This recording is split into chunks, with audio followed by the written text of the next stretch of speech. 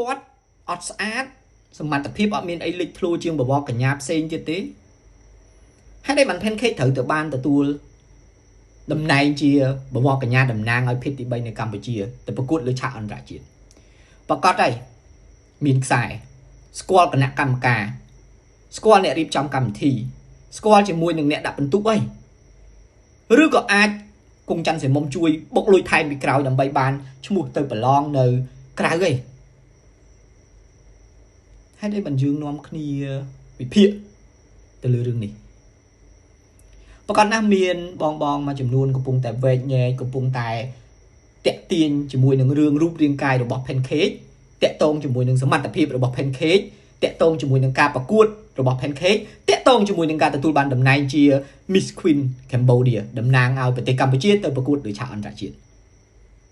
មានអ្នកខ្លះទៅក៏លើកឡើងពីរូបរាងកាយមានអ្នកខ្លះលើកឡើងពីសមត្ថភាពខ្ញុំថានេះគឺជាការបន្អាប់បន្ទោសហើយក៏អបអរសាទរដែរភេទទី3នៅកម្ពុជាមានការទទួលស្គាល់និងមានការលើកកម្ពស់រហូតដល់ខ្លាយជាបវរកញ្ញាតំណាងប្រទេសប៉ុន្តែវាជាការមើលងាយលើរូបរាងកាយវាជាការមើលងាយដោយប្រយោល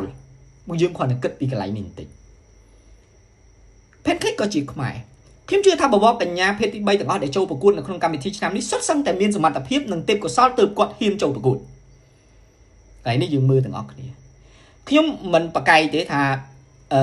អានេះជាជាប់ដោយសារអញ្ចេះជាប់ដោយសារអញ្ចោះព្រោះខ្ញុំមិនមែនជាគណៈកម្មការហើយខ្ញុំក៏អត់បានដឹងថាពីcriteria ពីរបៀបវិរៈនៃការធ្វើដាក់បន្ទុករបស់គណៈកម្មការនៃការប្រឡងនេះគេមានរូបមន្តបែបណាហើយខ្ញុំជឿថាវាអាចនឹងមានលំអៀងបន្តិចបន្តួចទៅលើភាពលើសគ្នាឧទាហរណ៍ Pancake គាត់ជាបវរកញ្ញាភេទទី3មួយដែលមានទេពកោសល្យនិងវោហារស័ព្ទផ្នែកផ្សេងៗទាំងការសម្ដែងទាំងការនិយាយកំប្លុកកំប្លែងអីចឹងទៅគាត់មានប្រជាប្រិយភាពអាចធ្វើឲ្យមហាជនស្គាល់គាត់ច្រើនពេលដែលគាត់ចូលប្រកួតមានការគាំទ្រខ្លាំងបវរកញ្ញាផ្សេងៗទៀតក៏មានដូចគ្នាដែរប៉ុន្តែវាមានចំណុចណាមួយនោះវាលៀងគ្នាទៅលើសមត្ថភាពណាមួយ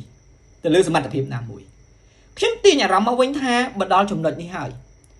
បវរកញ្ញាមួយណាក៏ជាខ្មែរដែរហើយដែលបានខ្មែរយើងចូលចិត្តបន្ទោសប្រអាប់ចូលចិត្តទាញខ្មែរគ្នាឯងទម្លាក់ធ្វើអី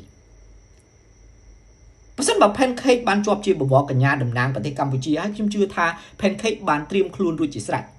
បើសិនបើបវរកញ្ញាផ្សេងទៀតជាអ្នកបានជាប់ខ្ញុំជឿថាគាត់ក៏បានត្រៀមខ្លួនរួចជាស្រេចក្នុងការទៅប្រកួតដើម្បីលើកទង់ជ័យខ្មែរយើងទង់ជាតិខ្មែរយើងតំណាងប្រទេសកម្ពុជាលើឆាកអន្តរជាតិជាមោទនភាពមួយដែរយើងសាកផ្ដល់ឱកាសឲ្យគាត់តិចមើលយើងខ្លះសាកឈៀឲ្យគាត់តិចមើលអបអរសាទរគាត់ពីក្រោយមើលជាអ្នកគ្រប់គ្រងគាត់ពីក្រោយមើលព្រោះ Pancake ក៏ជាខ្មែរដែរ Pancake តំណាងឲ្យខ្មែរមិនមែន Pancake ទៅប្រឡងដើម្បីខ្លួនឯងទេមិនមែន Pancake ទៅប្រឡងដើម្បីយកតែមុខមាត់ម្នាក់ឯងទេគឺ Pancake តំណាងឲ្យប្រទេសកម្ពុជាសាកផ្ដល់ឱកាសឲ្យមនុស្សម្នាក់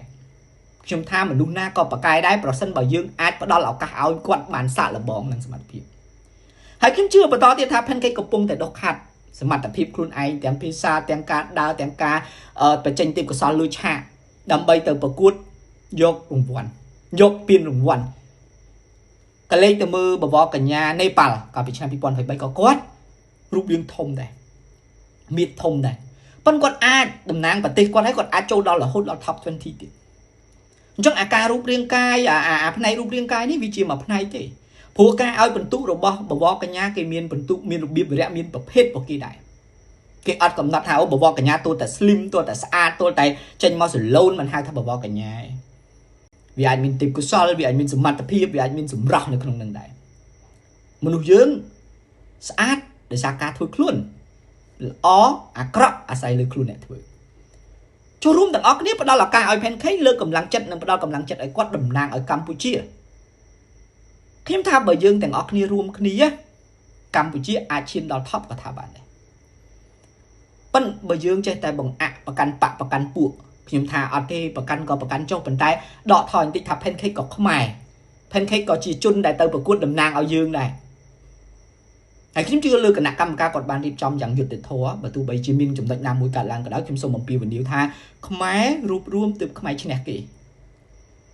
បើខ្មែរពួតដៃគ្នាខ្ញុំជឿថាខ្មែរអាចចូលថោកហើយ Pancake ក៏មានឱកាសលើកទង់ជាតិខ្មែរលើឆាកបានយ៉ាងខ្ពស់ផ្ដល់ឱកាសគ្រប់គ្រងហើយនឹងលើកទឹកចិត្តជាអ្វីដែល Pancake ចង់លើពីអ្នកទាំងអស់គ្នាអបអរសាទរភេទទី3កម្ពុជាដែលអាចឈរលើឆាកអន្តរជាតិតំណាងឲ្យកម្ពុជាកាន់ទង់ជ័យតំណាងឲ្យកម្ពុជាថាកម្ពុជាក៏មានភេទទី3ដែលមានសមត្ថភាពដែរ អរគុណ